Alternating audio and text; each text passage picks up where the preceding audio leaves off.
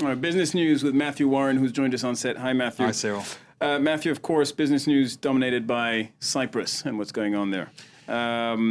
The country agreed a deal for its banks. Take us through the details of the deal. Yeah, well, first of all, deposits under 100,000 euros will now be safe. You remember that was the big controversial part of the plan that was put forward last week. But instead, the main feature is that the country's second biggest bank, Laiki, is being shut down, and the deposits there will be split up. The ones under 100,000 will be safe. They'll go to the Bank of Cyprus. But it's these deposits over 100,000 euros. They are going to see big losses. And it's not just the deposits in Laiki, but also in the Bank of Cyprus as well, the biggest bank.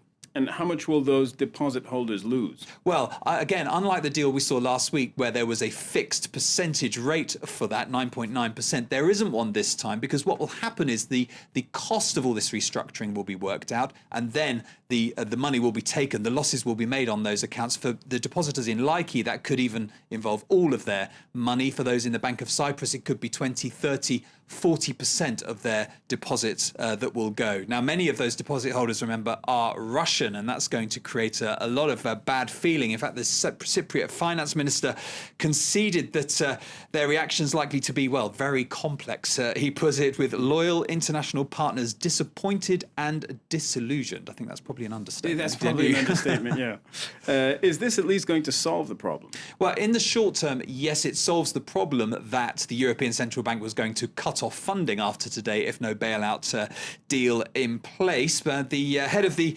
International Monetary Fund is Christine Lagarde, and she said this deal is a good one.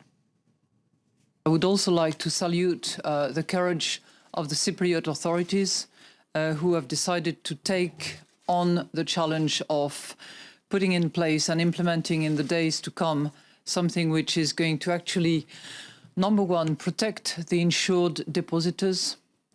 Number two, treat the two problem banks and limit the treatment to those two problem banks.